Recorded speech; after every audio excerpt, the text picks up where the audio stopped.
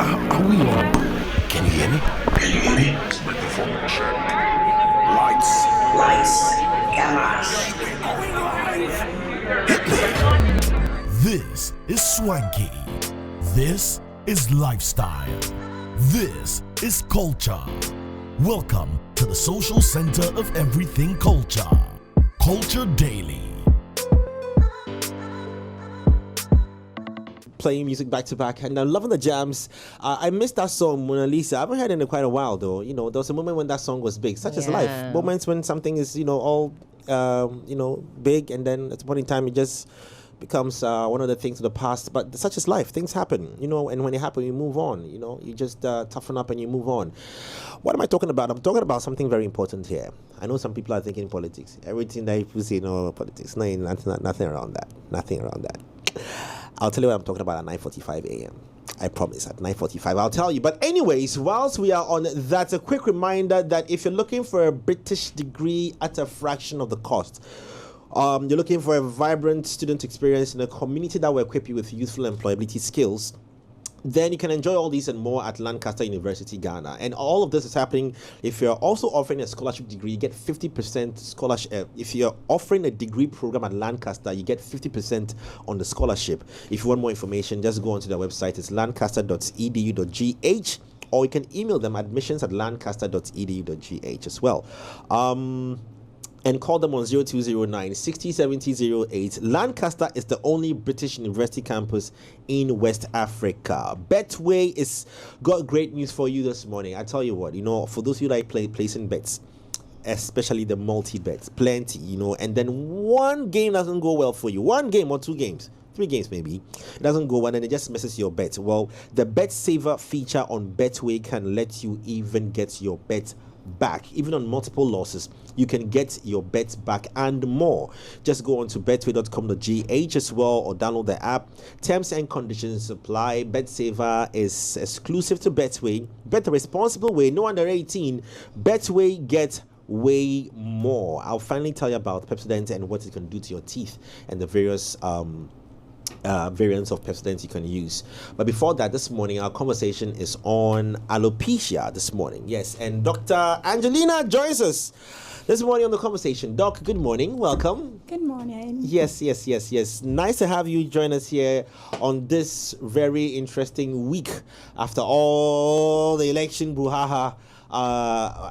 We are now, settling in back to our regular day and regular life and everything that it is. On Tuesdays is health conversations here on Culture Daily, so we stick to that, and it's good to have you join us to talk about this as well. Meet the team. Esilfoa, Lenny, I forgot your name for 1 second. I was going to buy it. It's okay. It's fair. I was going to buy it. That's I understand. I just held back. With age comes a lot of forgetfulness. Yeah, so nowadays in the 60s. Anyway, yes, cereal. So you meet. What are you hiding under there? Inside joke, please let him hide it. I just realized. Don't mind him. Your microphone, yes. I forgot. Lenny and I have a joke. She gets it. Okay. Let him hide it, please. Well, today we're talking alopecia. We've heard about it. Some have read about it, but it is. It was on our desk, all week, and we're just waiting for the elections to just pass, and then we can just get into it. And we want to know all about alopecia. So we'll start off with that major question and exactly what alopecia is. I know it's got something to do with hair loss and all of those things, but I'm sure there's a lot to it that we need to find out. What in God's name is alopecia? And who gave that name alopecia? Who discovered it and named? Is this somebody's, maybe, science, you always name it after people? Well, not really. Not really? Yeah. Science majorly derives its word from Latin. Okay. So the Latin version of hair loss would be alopecia. So that's why they basically adopted it, not because it was named after someone in particular. Let's go and look for the Latin. I'll task you on that whilst the show is ongoing. The Latin the etymology for alopecia. Yeah, and then that's Greek art god that probably brought it up. We want to find out what the condition of his hair was. I'm taking it. Alright. So what is it? What is it? Okay, so alopecia is a medical condition that's characterized by hair loss, majorly on the scalp, but it could be all parts of the body. And it is not limited to males or females, can affect both. It's just that sometimes seems to affect more males than females, and other types affect more females than males. But basically, it affects both sexes. But you mentioned that it's not necessarily restricted to the hair and the Yeah. head only. Yes, the scalp. Other parts of the body. Yes. So with some types of alopecia, you could even lose hair on your eyebrows. And then when it's in its advanced stage, you could lose hair all over your body, every part of your body. Wow. That's usually with the autoimmune types of alopecia. So Okay. as we go on, we'll discuss Okay, more okay. about Yes. I mean, you said something that I'm not afraid to ask the question because people look at me funny. But anyway, we'll face it with our chest. So maybe for those who don't grow hair, maybe I don't have hair on my legs. Is that a sign of alopecia? No. The hair distribution is usually genetic. See, some people, their parents have a lot of hair. Some people have very scanty hair on their skin, and generally males tend to have more hair distribution than females. Okay. So males will have chest hair, they will have facial hair, they will have more leg hair. Yeah, more And this is leg because hair. of the testosterone. The testosterone levels. Yeah, that word make- is a bit too much for me sometimes. fine. So that's when certain females have certain levels of testosterone in them. Yes. They tend to have more hair. hair. Maybe they get hair. Beard and all. mustache. Yeah. And then they get lots of hairy legs and chest hair. Okay. Usually So because in of this that. case of alopecia, it would affect places that originally are supposed to have a lot of hair. Maybe your head, your armpit, private parts. Because you mentioned other parts of the body, Okay, so your eyebrows. yes. Okay. But typically, when you're talking about alopecia, Mm-hmm. usually referring to hair loss from the scalp. Okay. That's the general term many people know and limit themselves to. Okay. And then, as I initially said, for you to have alopecia where you have general hair loss all over your body, Mm-hmm. that means the underlying cause to be more deeper than you think. That would be the autoimmune. So I think I should expand a bit on the autoimmune. Okay. All right. Sure. So the autoimmune is when basically your cells in your body, your soldiers, who are supposed to fight infections, fight foreign bodies, start to see your hair cells as foreign objects. They start to see them as the enemy. Oh. So your hair follicles, that's the structure that your hair grows from, that's Yeah. found on your skin, your scalp majorly. It starts to fight and attack them. So when it starts to fight and attack them, it won't limit it to just your scalp. But it will start from there, since that's where major hair follicles are. But then when it advances, you tend to lose hair from every part of your body. Okay. Is this age related as well? Does it depend on what age or Yes, Is- alopecia occurs with age. okay? So like for males in particular, after puberty you can have baldness at any time. Oh, But majorly, 80% of males have it after 70 years. okay. And for females, generally starts after menopause. Okay. So The that's- hair So, loss, so yeah. all the people who have it before the ages you mentioned, before menopause and It's then haircut. before 70, what would that be? Okay, so it depends on the type of alopecia we're looking at. Okay. So if they have it before 50, it's most likely not the normal female pattern baldness. Okay. It's not like so normal, but then it happens more worldwide and it's more frequent. So with those ones, again, it could be because of the autoimmune. And then there is one other one called, the telogen hair loss or alopecia. Telogen. Yes. Okay. So with that one, it's majorly when you lose hair due to stress. Okay. So with that one, you see some ladies, they start losing handfuls of hair, and then they just start getting so worried. And so the telogen is majorly the resting phase Can you of spell hair that growth. for us, please? Okay, so it's CELOGEN. Gen. Okay. Oh, Lenny, I've been telling you, I've been spelling this for you for ages. You couldn't even pronounce it. Intelligent is very simple word. Celogen. Yeah. Okay. Okay. So I also wanted to ask, some people start to have bald patches, okay, because of permed hair, and then the hair never grows back or whatever. Would you say that they also had maybe some cases of alopecia in their family, or they didn't know about it and then they started perming their hair, and then it's now brought about the alopecia, and then the hair can't grow in those parts anymore? Yes, so there's a type of alopecia. That one is also majorly genetic. When you have it in your family, those are the round patches. You start having circular patches of baldness, and then it usually starts as shallow, very small. You start seeing that part thin out, and then when you treat it for some time, it will grow out normally. But then it starts, as it's regrowing, more circular patches start forming at other sides, and over time, it just becomes total. Like yeah. It spreads out. It spreads out everywhere. Okay. And you start losing hair everywhere. So those ones are not, those genetic ones, not necessarily because perming the hair necessarily triggered it. But then you had it in your family, it was genetic, so you inherited it from your parents or something like that. But for those people... But the chemicals don't trigger that in any way? The chemicals may have an influence, but usually when it's chemical related, it's not as severe as when it's genetic. Okay. It's not as severe. We're going to come into those. Types, yes, but I mean, I understand that we have to touch on these pointers. But let me roll back to something. If there's an answer to this, what is the importance of hair? Yeah, on my hair. Ladies. I mean, that's the fancy importance Beyond of the cosmetic. Beyond the thank you, Cyril. Okay, The functional. I've been wanting to make you the minister of cosmetology. In Yeah. All right. That's fair. Yes.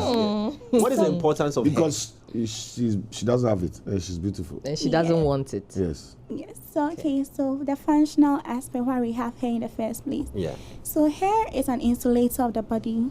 Regulates temperature as well. Yes, regulates temperature. So you see, usually when you're not cold, your hair lies down flat on your skin. Or when you are not in love. That's It's a very important thing. So when you're in love, your hair, when you see her or you see him, then your hair stands up. Yeah. So that one too is there. Like Tell us more. hair importance of hair in love. Hair in love. Let's continue. We'll come on to the importance of hair in love. Okay, so when you're very cold or in a cold place, your hair strands start to stand on your skin so that it will be able to trap a layer of air around your skin so you don't lose too much heat from your body. Okay. Because your core body temperature is what keeps your body normal and your inner functions going on perfectly. But when you're in a cold neighborhood, usually what happens with temperature is heat moves from a place of high temperature to a place of low temperature. So your inner heat will start moving out towards the cold. Yes. Okay. That's why usually when you're in a place and it's powder, you start feeling so hot and warm because there are lots of people there. Well, the other factors, but that's also a factor. So one thing that the body does is the hair follicle starts to rise or your hair strands start to rise. That will trap a layer of air because air does not conduct heat. So the air will just be there preventing the heat from coming out so much into the atmosphere. Totally out of your body. Totally out of your body. So it trap the heat, a layer, just a small layer, but it does a great job in helping us. So, So based body on hair is very what you important. just said, then that means, it regulates body temperature. Yeah. So for persons not necessarily suffering from alopecia, but low, maybe they don't grow that much hair on their body, does that in any way also or any risk to the person? Okay, so there are other body mechanisms that keep us from warm. Yeah. that keep us warm, that keep us from getting too cold. Okay. The hair is an additional factor. Okay. So it's just that those who may not have body hair at all, because we have it in varied distribution, but basically almost everybody has some. Those who do not have at all would lack that extra advantage. So in her situation, because she voted. Merci, Lord. She voted. And I'm worried about who she voted for. I don't know who she voted for. So if you cut your, I'm just saying that. So if you have a low cut, does that in any way affect, expose human skull to heat, and has it got any disadvantages? So I'm just asking that, because for guys, especially, not even for necessarily Lenny, but for guys who love to shave off the head completely, Neo and Dems. I have another friend, Salasi. Good morning, Salasi, aka Good morning, Stip. Yes, Tip as well. I have another guy friend called Tip. He also shaves everything off completely. People are just mentioning hair on the head. Yeah. You go on. Yeah, we'll get to other parts of the body too. Don't do that. So I'm just asking that, is that in any way, something, a health risk to the person? Well, Not necessarily. Not really much. Okay. Unless maybe you're exposed to very, very, very, very, very high extreme temperatures. Okay. Like maybe out in the deserts, like the sun is so scorching, and then it's like you've lost that layer that protects your hair, your scalp. And the scalp is it protects delicate organs. So normally you would be fine, especially when you are grown and mature. When you're a baby, that's when it's a problem. Because the baby, the scalp bone has not fully formed yet. It's not as rigid as ours. It's not now forming. There are some space that needs to be filled to crack. So if you expose such a baby who has bald hair to the sun, you'll be risking him or her of extreme water loss, which will lead to what we call attachments, like the brain. The brain needs fluid to keep it normal, because it doesn't have any other structures. The fluid is what bathes it and keeps everything working normally. So when it starts exposing to such extreme temperatures and it starts losing the hair, the fluid, that's when it starts experiencing extreme headaches and other neurologic problems. So, but when the person is really mature and it's not exposed to much high temperature, the person should be fine. Okay, I want to find out about how severe alopecia can be. Like, can it be very dangerous? Aside, like, I want to know if it can severely affect a person's life. Can I chip this in before that question, because I think I want to ask you that types of alopecia. Yes, and then how, in what grades of severity can we experience alopecia? Which was what she's asking. Okay, so like I initially mentioned, so I'll start from the most severe. Okay. So the most severe is which answers what she was saying then. Okay. Yeah, so here's, I'll come to the more of the lifestyle in others. Yes, so thank you very much for that. So the most severe will be the alopecia areata. What is that one? The middle one. The fourth one. So alopecia areata. Sounds like a So that's one is that the condition is set off by an autoimmune disease going on in your body. And the issue is, having an autoimmune condition on its own is a very serious health risk.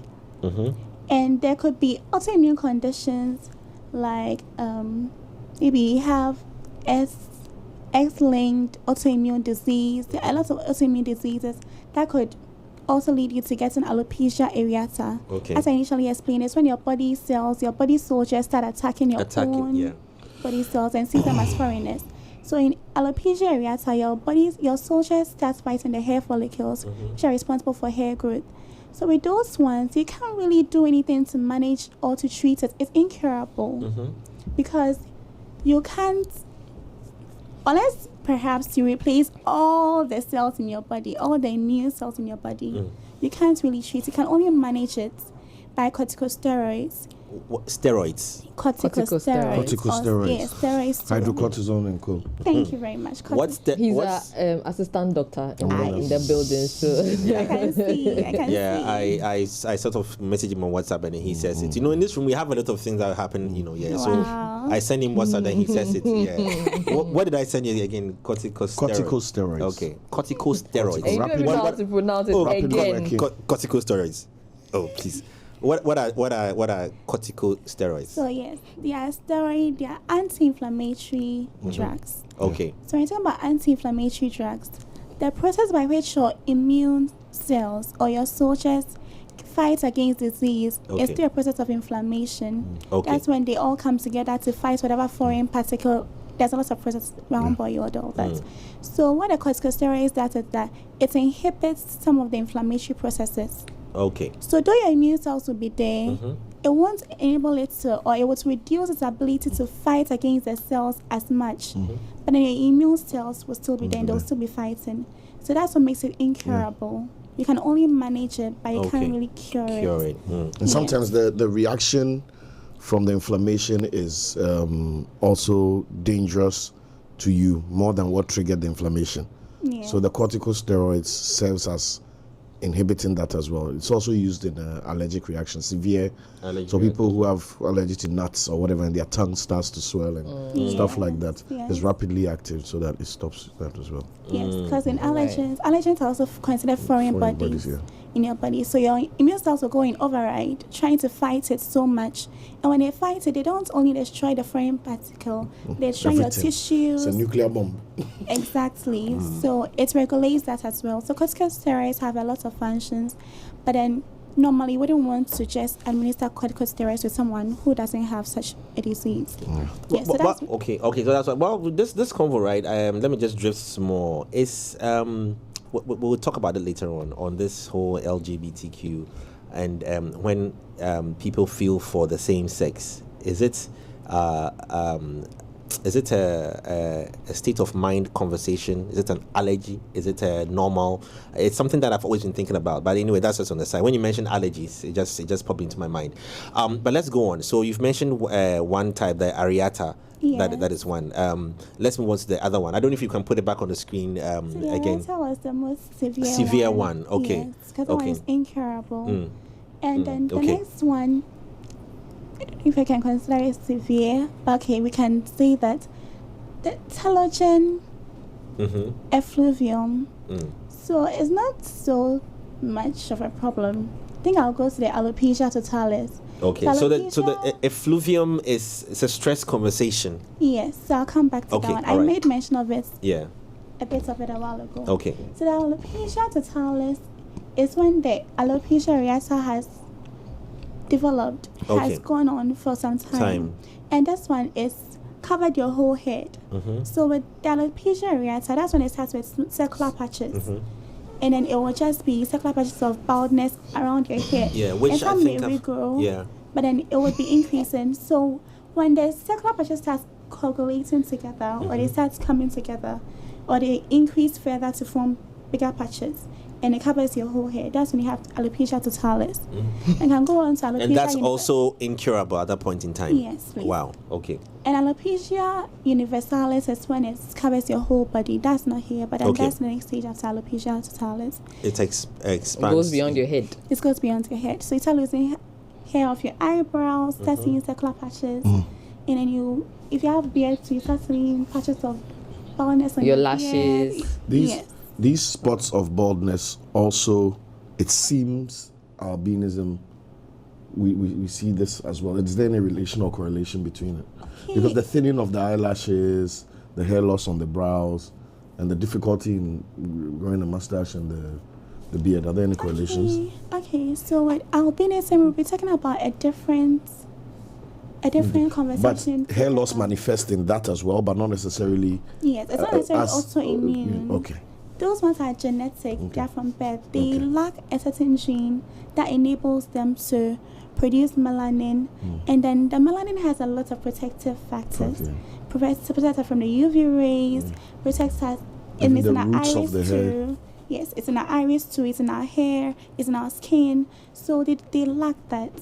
And then that leaves them very vulnerable to the sun, especially. That's why you see them not able to open their eyes in the sun, because they don't have that protective feature. So albinism will be a different conversation altogether. We've been talking about head a lot, right? But also, is it will you call it alopecia if for the men as well, right, who are unable to grow beards or full beards and stuff like that? I wouldn't call that alopecia. Okay. Now, if that's the case, not talking about me like this. Sorry. Sorry, but you have a goatee. That's also. Do you know how many years? Do you know when the barber gets there? Do you know the way I look at him? It's also considered. Before I hear. So it's with that said, is there a possibility that any medicines or ointment or hair pomades can help with alopecia? Because sometimes I didn't want you to go to the you see it being this thing sold. now, the treatment, The solutions yeah, the or the treatment now. Okay. Just drag it towards 9:45. So the end. Yes. Okay. You 9:45, and it's your 9:45. It's a big time in my life. Yeah. But Okay. just going back to the various types. Now we've seen the extremes, and then now if you're going to come down to the mild ones. So we can talk about telogen effluvium. Okay. So telogen effluvium is sets off caused by stress. Stress. Now, when we talk about stress, English terms we usually think is when you are too tired, you're overburdened with something. But to the body, anything, any factor, any change that affects the normal functioning of the body, let me put it that way in simple terms, that affects the normal functioning of the body or the normal function of your mental capability is considered stress. Please repeat that again. No, this thing you've said is a very important statement. Okay, The normal function of your body, yes, which we call physiology. So okay. that's what I was going to mention by okay. normal function of your body, or the mental capability or the normal mental function of your mind is stress. So stress, pregnancy is stress. Because the body goes into a certain different is state. Stress, yes. Surgery, severe surgery, is stress. Anything that would really affect your body, that it would take it off balance, is considered stress. Out of a state of rest. Out of a state of rest is called stress. So when you talk about stress, so when I say Lenny stressing me, yes, Lenny is causing an irregular functioning of my body and your mind. My mind and my body. Yes. Well, Lenny, stress me, please. So yeah, that's what I'm considering the normal terms of stress. But then because we are defining telogen effluvium, I have to define that stress. Okay. So we understand it. So childbirth can cause telogen effluvium. Okay. So after giving birth, telogen effluvium usually lasts for about 1 to 6 months, typically. Okay. But then when it exceeds 6 months, that's when it becomes chronic. Then in that case, you just be trying to manage it back and forth, but it will still be there.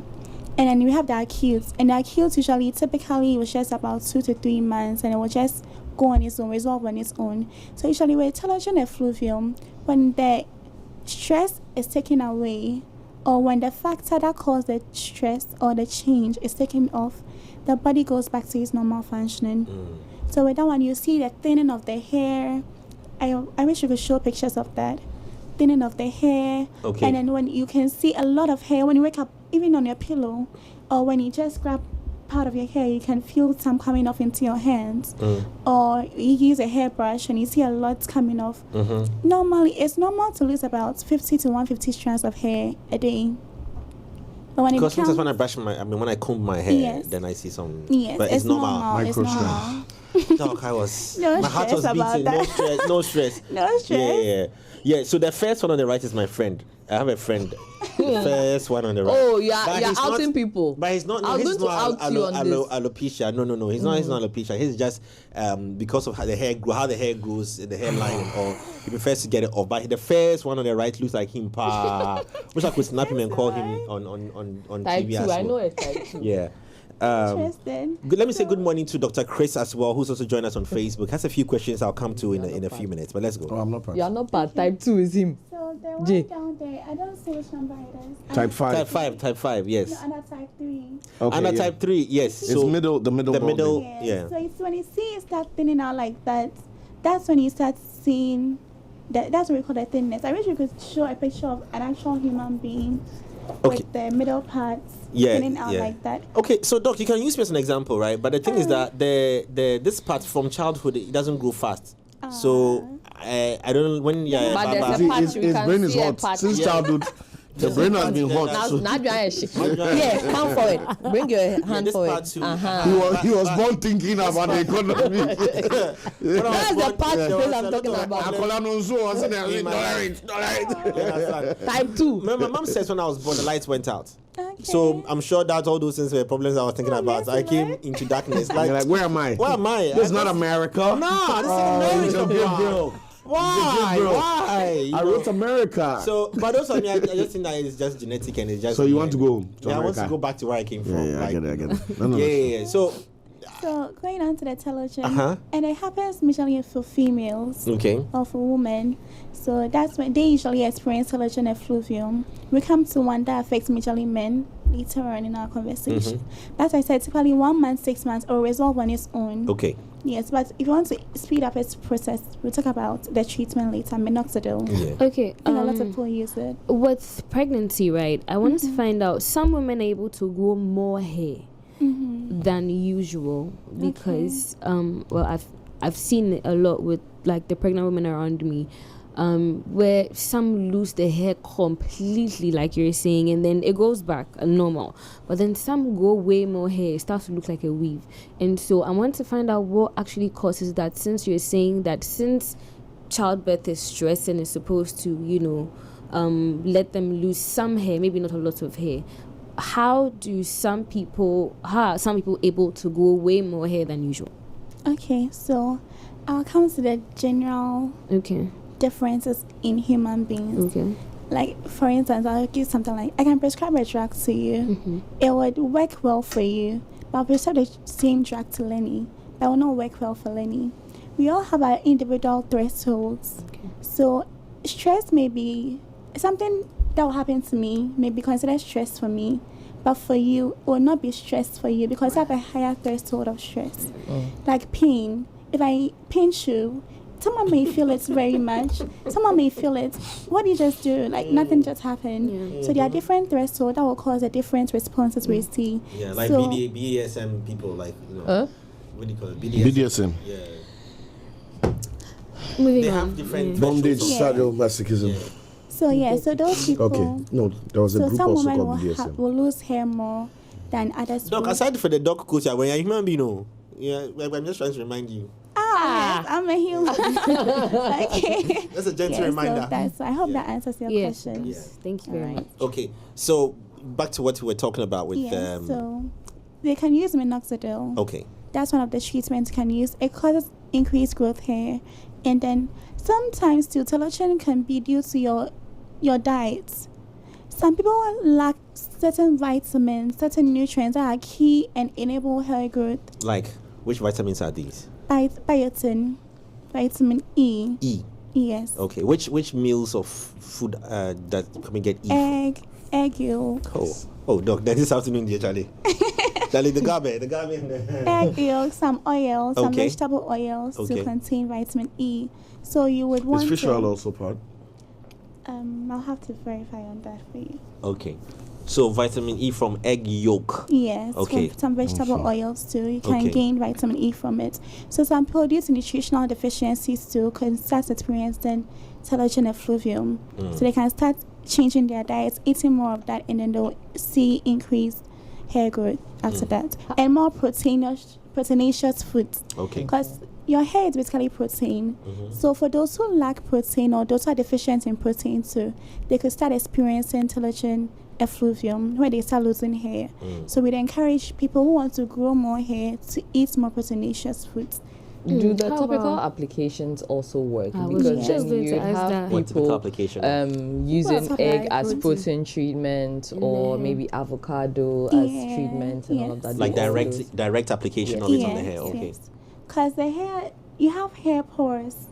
And then I told you that the hair follicles are where your cells are rapidly multiplying. So if you feed it what it needs, so it can rapidly multiply for you. So yes, topical treatments also applies. How about the gummies? Because now there's an influx of hair, skin, nails, gummies and all of that. What's to gummies? Also help hair growth. Jello, little candy. Gummies. No, I mean you mean like gum, like gummy. Yeah. How gummy do you bears. say? No, it's called hair, skin, and nails, right? I mean, they have different brands types, of hair, skin, and nails, but it's supposed to help your hair grow, So where does this gummies your come in? skin glow, and then your nails also So grow. they chew the gum. It's like a food supplement, but It's for your supplements, skin actually. and your hair. Okay, so how's it applied? You chew it or you apply it on your skin? No. You chew it. It's Like gummies. Yes. Oh, okay. And for it to be effective, it will have to have vitamin E, protein, biotin, all those nutrients. There's nutrients or vitamins that enable hair growth. Like vitamin E, for instance, is very good for the skin.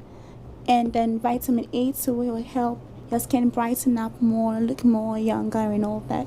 So all those could be included in that. So if wasn't, so all I'll ask is that you research on their contents or their ingredients. So if you find out that the ingredients contain these things that help, then you use it. Okay. Like some pomades, they contain everything you need, but there may be one ingredient you wouldn't want to see there. Okay. Lenny was asking the question earlier on. I think maybe we can get deeper into it on things that can trigger alopecia. External factors, not necessarily genetic or DNA structure, but I'm talking about things that we do that can trigger these things. Is it possible? Is it there? Yes. So one of them is what I mentioned as a stress. Okay, yeah, the stress. Yes. Even work overload too can cause that. Work overload. Yes. Oh. You would. I mean, there are levels. Yeah. I mean, serious levels of that can cause that. And then even certain treatments, certain drugs, and then particularly for radiation therapy. Okay. Yes. So you realize that a lot of cancer patients tend to lose a lot of hair. When they go under the radiation, the rays are targeted to kill rapidly growing cells. And that's what usually manifests as cancer. So that's what they are targeting. But the hair cells are rapidly growing cells in the body. So once, yes, please, collateral damage. So once you go under the machine, every part of your body where there are rapidly growing cells, your stomach lining, your hair follicles, they start dying. So that's why they tend to start losing a lot of hair. And then, apart from the genetic part, your diet too can cause that. I've mentioned stress. Okay. Your Doc, once you're thinking through that, let me just flip it to the other side a bit. So, overgrowth of hair, is that also maybe alopecia's big brother or big younger sister or something? No. Because you see, like me, if I leave my face for 3 days. No, but we're even talking about that. I've seen photos of people who've grown hair all the way that's covering their eyes. So is that like a condition or something? Like overgrowth of hair, like, Well, we would have to define what overgrowth of hair is. If I define it as in your terms, there's a medical condition for it. And they lack a certain gene. It's called, I think, the trichomonas. I will get the word for you, but yes. So it's trichomonas or something like that. So with that one, they tend to grow a lot of hair. Like you see some people, they look like wolves, pardon my word. They have facial hair all over here. And then their chest hair is very prominent and a lot. So if that's a syndrome, there's a particular gene X that they lack that would make them manifest that way. So there's a medical condition for that. But the other side, where you realize that comparing yourself to someone else, you tend to grow more hair, grow more faster hair. It may not necessarily be because of a medical condition, but genetic factors. Okay. So maybe in your family, your mom has a lot of hair. Because I'm put their hair, they're Ghanaians, but their hair grows up to their waist. And then they have a lot of thick hair. So that into genetically Ghanaian women don't have naturally like long hair. Yes, because you see, we mentioned that. Is it the sun? Is it the sun or our position on the earth? That's a factor. The sun, because we have more heat. We are relatively warmer here. So we don't need as much hair as the people in the polar regions do. That's why they tend to have more hair than we do. So that's one factor. So by God's own design, He made us that way. Then I'm sure if they give birth to you and you keep you in air conditioner, your hair will grow long. Less sunshine, more hair. Yeah. Okay. So, and then so the genetic factors. So maybe in your family as history, well. People have more hair. Yeah, I mean, because I constantly have to shave, like constantly, and it's applicable to all parts of my body, just so you know. Doc. So now, let's talk about the treatment. You mentioned one which was something. It makes you something. Minoxidil as one treatment for I think minoxidil is quite popular among the males, especially. Used for beard gang people. All those products, they have minoxidil in it. Oh, yeah. For hair growth. A lot, especially in their beard. I know that, and it's for the first time I heard. I know it was because of the beard. Wow. Oh. Yes. So minoxidil is very powerful when it comes to stimulating hair growth. it has it's itself, like minoxidil is the chemical name for it, the brand, not the brand names. There are different brand names you can see on the market. When you go and you ask them for minoxidil, it basically treats that hair growth. And the other topical treatments where you can apply creams on your hair and all that to also help stimulate hair growth. But then for those that I particularly mentioned as having autoimmune basis, you can't just treat with a minoxidil. You would have to implement it or supplement it with corticosteroids and other NSAIDs, anti-inflammatory drugs. Okay, Doc. So I want to ask now that when maybe you want to engineer the growth and your body is not not responding. You naturally don't have hair, and it's not alopecia, and you want to engineer the growth. Are there any risk factors to altering what the body is used to, and that can become stress? I don't know. I'm just asking. Can you explain the altering? So I'm using all these products to grow my hair, now my hair here, and I want to have hair on my armpit, and I'm applying creams and all of those things to force hair growth. Okay, so I wouldn't say it's not really much of a big health risk, but something like applying the minoxidil. If you don't apply it in the right quantities and the right way, you can actually stimulate overgrowth of hair. So you may be once in beard, applying it daily, or like every 3 times daily, like for 3 weeks or even more than that. You can end up stimulating overgrowth of hair where naturally your hair wouldn't outgrow, it will start growing there. Like let's say your hair can even start growing up to here. Your cheek. And you wouldn't want that. Yeah. So you would want to apply it the right way, in the right amounts and the right concentrations, but not necessarily that you're triggering your body to overwork that you're going to overload. But actually hair transplants. Okay. But those who don't have hair, they can do hair transplants surgically, so they can also start growing hair. So that means they'll transplant the hair follicles from someone or another part of your own body where there's more rapid hair growth to replace where you've lost it. Okay. In the diagram we showed earlier on, right, with the male, I don't know if we can put that up. We didn't exhaust Yes. Let's go back to that diagram for a second. A lot of men, let's say type 4. Naturally, you see a lot of men, maybe your class 4 teacher, wicked man, he has this one. Yeah, they know ourselves. My French teacher had number 3. So the number 4, for example, it seems natural. Is that alopecia as well? Yes, but then it's age related. Okay. So you see, initially I mentioned that for males in particular, after puberty, baldness can hit at any time. Okay. So there's, I don't know if I should put it as risk of getting bald once they hit puberty going, but most often than not, about 80% of males tend to have baldness around age 70, nearing age 70. To realize that old men, you see their hairline. Sugar daddies, super sugar daddies. So their hairline starts retreating. So, taking back to the hair types, the baldness types, we didn't exhaust them. There's back to male pattern and there's female pattern baldness. Okay. So the male pattern baldness, it usually starts from the front hairline and recedes backwards. Receding, Yes. But for female pattern baldness, it starts from the central line. So they start losing bits of hair in the center. And then they start thinning out and then start spreading and moving downwards.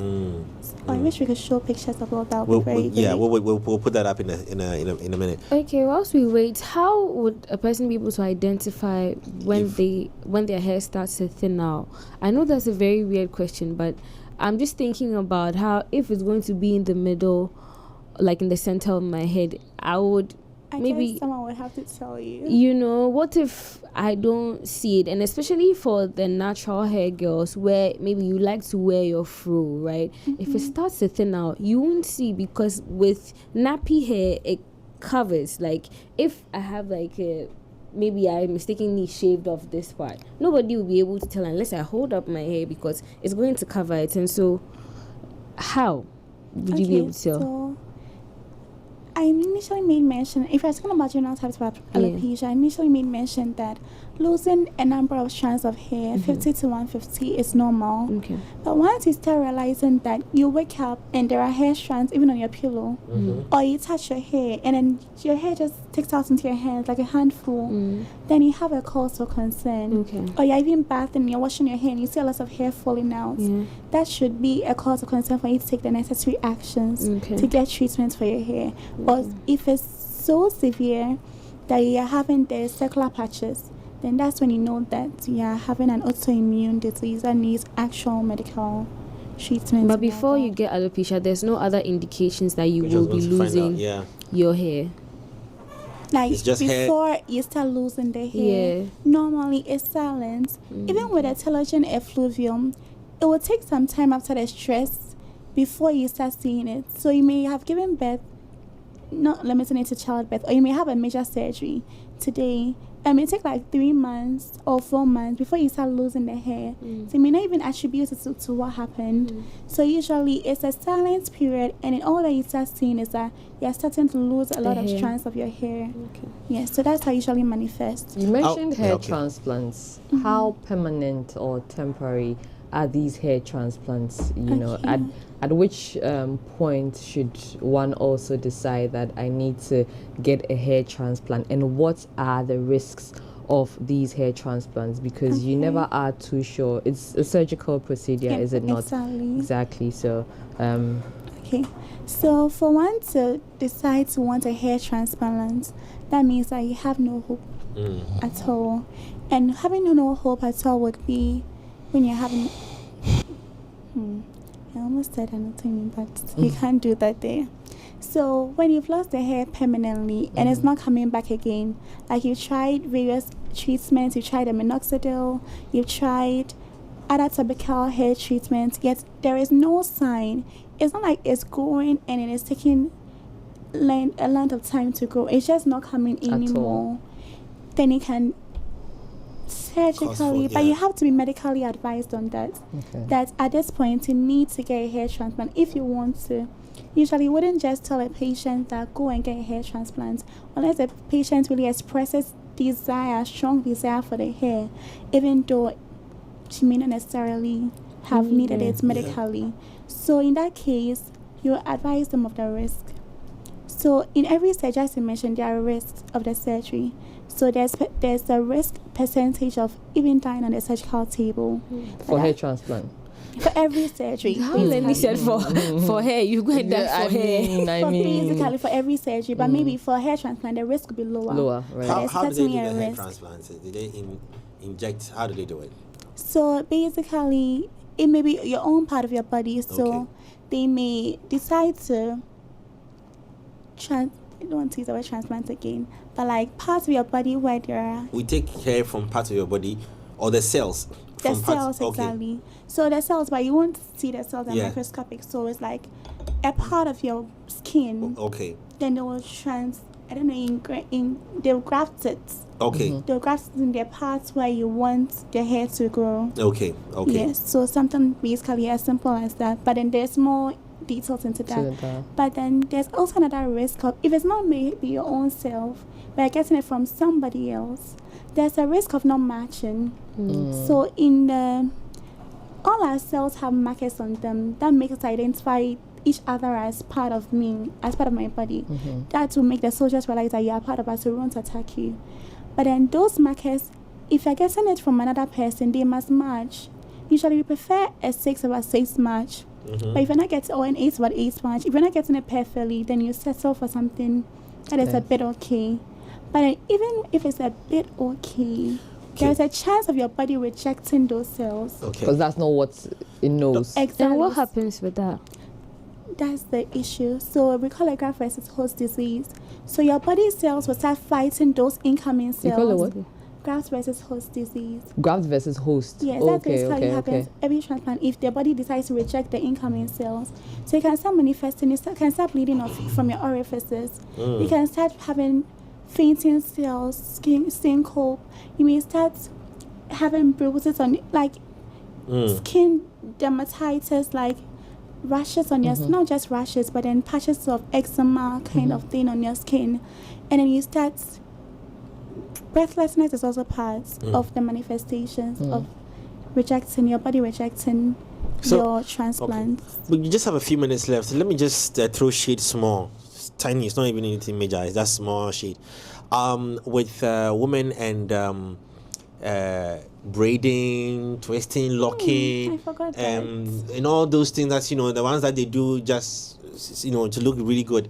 And all. Sometimes you are passing by the roadside. Let me just break it down. I like to break things down. Sorry. Okay. I'm passing by the roadside. You see some kiosks. They do hair braiding there. Like 50 girls standing around one head, and they're pulling the thing. And then the woman is the one whose head is being pulled. The one also giving the hair next. They give the strands next, and they're pulling hair. And when you call her, then she's done this. Me bomiti. Those things here. So that one to discuss the conditions of the neck. But I want to find out how dangerous is that situation as well to the hair loss and to the head and everything. It plays a very significant role, especially for breeders who tend to tighten their knots so much. I know we can all testify. Sometimes they're breeding and then it's like she wants to braid from the roots, like from where braid your scalp. Literally. They tighten it so much, and when they tighten it like that, they'll weaken the roots. So then it tends to start breaking. Your hair tends to start breaking from the roots, and that's also another cause of hair loss, like I forgot to mention earlier. So people who tend to braid their hair, I was going to ask, so how often does a woman, or because there's a school of thought that when you braid your hair grows more. Well, I've heard that thing too about women say it, girls say it. I tend to think of it this way. It's like, let's say you braided, let's say you're doing locks, and someone wants to make the locks last for about 3 months. You're not really focusing on measuring the growth of the hair. Like if I leave my hair like this, and then I come back, or if it's short, and I come back and I see that, today it has increased this length. Like I'm observing it, so I'm conscious of the fact that it's growing. But then when you braid your hair, it's like you just left it there. By the time you go and unbraid again, you realize that it's grown longer. Yeah, so it's just a psychological thing. That's what majorly I tend to describe the whole thing, because like you're not seeing this happening day in, day out. So then by the time you come back, you just see that it's just growing. But I really thought that with manipulating your hair all the time, you won't get to you get to lose hair, because so that's why people prefer, beg your pardon, to put their hair in protective style, so that you'd also be able to see their hair. Yes, so there are styles that they call protective hairstyles, but something like locks, from personal experience, please, not a protective hairstyle. Okay, cool. I really lost a lot of hair after braiding that. Yes, so there are protective hairstyles that they can simply do. Yeah, usually me too. They do it their own. I lost a lot of hair. Merci, Lord. So no, it's true. They know I locked at a point in time. Oh, okay. Yeah, I'm just, for me, I just want to do all the things in life before I die. I want to do all the things in life before I die. So that is just one of those things. Yeah. So there are protective hairstyles that can keep your hair in. As she said, manipulating your hair a lot, like the way you even comb your hair can cause you to lose a lot of hair. Like you have tangles in your hair, but you don't take time to try and detangle the ends before you comb it. But you just want to quickly do it, and you tend to get the knot out, and you'll be stressing, you'll be putting strain and stress on your scalp. So you'll be tending to lose a lot of hair as you do that frequently. Okay. So, also on we're still on shades to women, beautiful shades of women. When you don't do anything to your hair, so a woman has braided her hair, and that means there's no water going on because you don't bath it. There's no water going in, and there's nothing. It's just there. Yes. Is that in any way? Is that okay, or do you need to constantly treat hair? So when you leave it like that, you give room, perfect atmosphere for fungi to grow, for bacteria to grow, and then you wouldn't want that, because when they start growing, they start forming plaques in your hair, and there are certain fungi like seborrheic fungi. It causes dermatitis, and then usually lies moisturous atmosphere. And when you usually braid your hair and keep it without letting it loose for hair to usually past you, you build up moisture and sweat in it. So you'll be creating a perfect atmosphere for these fungi to brood and to cause all the harm they want to cause to your scalp. So what do you advise on, women who braid their hair? How often do you, regardless whether you work in an office or working in the center of town? All right, so usually we would advise that women should wash their hair at least twice. Every 2 weeks. But then if you are putting it in a hairstyle, like maybe braids, we would advise at most it shouldn't go beyond a month. Okay. At most. So if you're going to keep it beyond a month, you can take it to the salon, they can wash it for you. Even you're doing locks and you're keeping it for a long time, they can frequently wash it even as your braids are on. So I'd advise women to frequently do that. So if you know you're going to keep it, you have a busy schedule, so you can't unbraid, rebraid, you can do it at least once a month. You need to get your hair done, but we advise 2 weeks, 2 weeks. Or when they start doing yes. It doesn't start with that one. It starts with the the one. That's a single one. Yes, but then that one is okay. So there is a condition called, as I said, seborrheic dermatitis. Okay. That one is incurable. It usually affects those with very oily skin. Okay. So they tend to have, and that kind of fungi particularly likes oily skin surfaces. So it tends to stay there, and it will be causing it looks like eczema sometimes, but it's not entirely eczema. On parts of the skin, you'll start seeing some dots around your neck. Actually affects the face, your neck and part of your chest, upper part of your chest, and your hair. So it usually causes a lot of dandruff to women. So those women who have seborrheic dermatitis but cannot cure it, they tend to easily have itchiness in their hair, even after 1 week of braiding. They start to feel it because the fungi is constantly there. They can only manage it to reduce their population or their concentration there, but it can't really cure it completely. So please pardon the women who tend to do that. Yes. Some people also, when water touches their head, then they itch. Yes.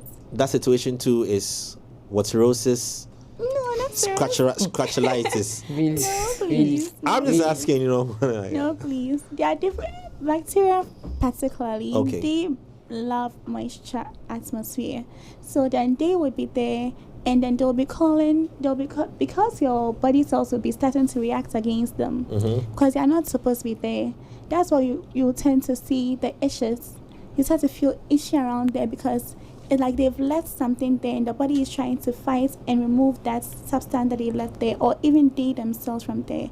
And in that attempt to fight against it, they cause reactions such as itching. That's why you have allergic reactions, and then they'll be itching themselves a lot too, because the body cells is reacting against whatever foreign particulate is there. Okay, Doc, my last question before we wrap up, and it's a bit sensual, so please pardon me, but we have to ask it. The pubic hair, is it to be left or shaved? Shaved. Oh, so Yes, please. That place is very sensitive, so you wouldn't want to create breeding grounds, like I've already mentioned earlier, for bacteria, fungi, any parasites to grow there and then start causing warts. Is there a level you advise we should shave to? Because some people would want to. I thought I was savage. No, I'm just asking. But you are savage. How am I savage? To what level? Yeah, because some people will prefer to just skin, skin shave. Some people want to leave a little hair.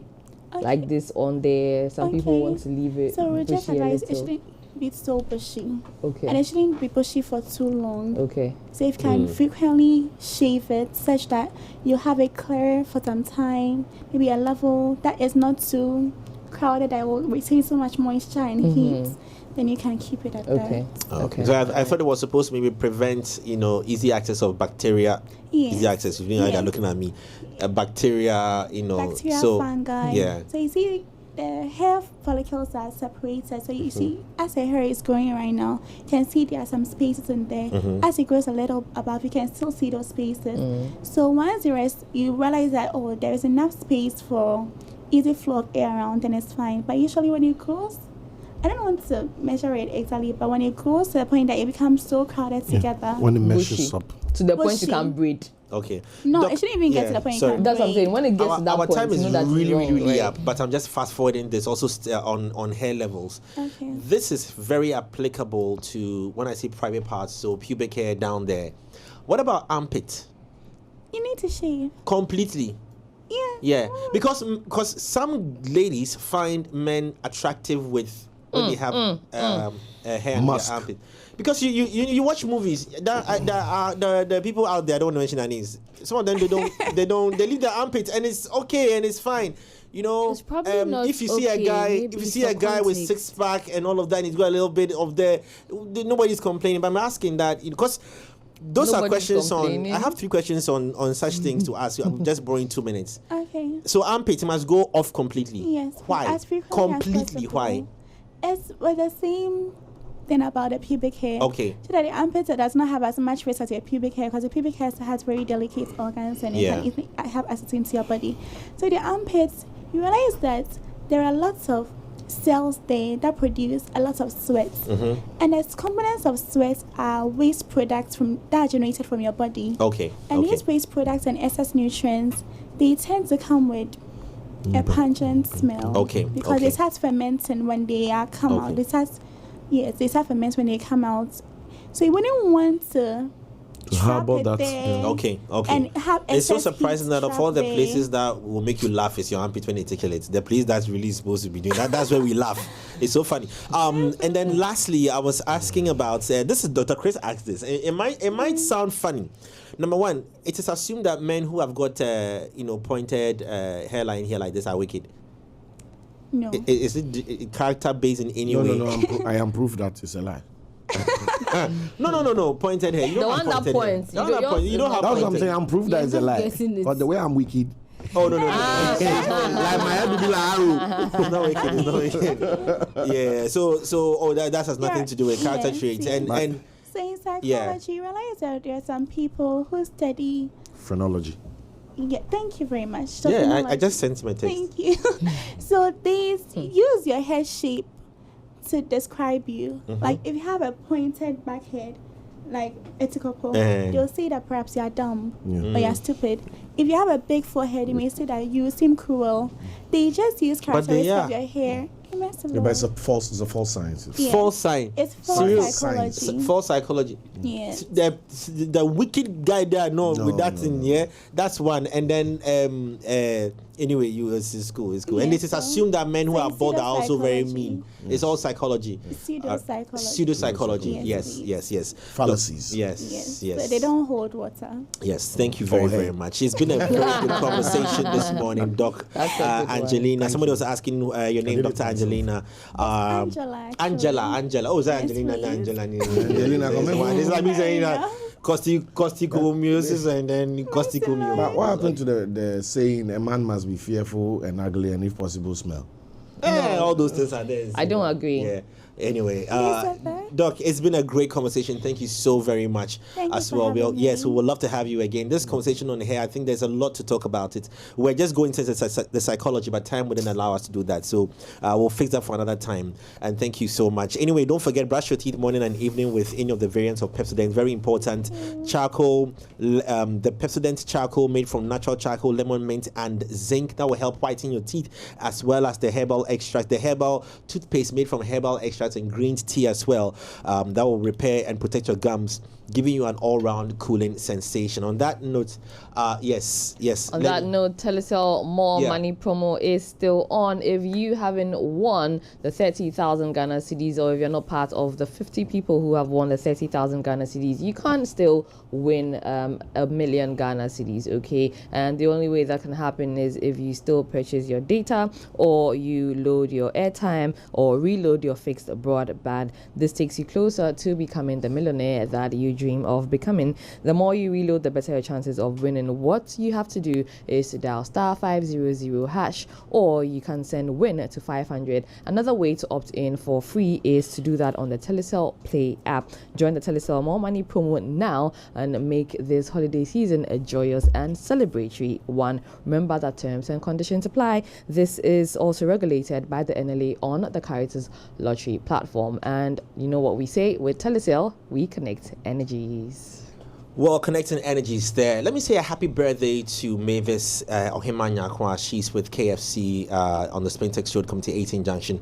Happy birthday to you. It's your birthday today. Celebrate this in grand style. Thanking God for adding another year to your year, and enjoy the year in fact, the December and the year and the rest of the years, big time. Anyway, on that note, our time is up. We are out of here. We're back again same time tomorrow on Culture Daily. It's Jay, Cyril, Lenny, Isilfa, and Dr. Angela, aka Angelina.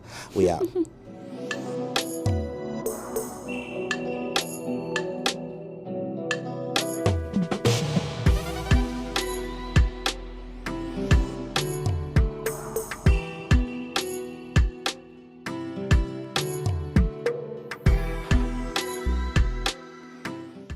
Culture Daily was brought to you by Telecel.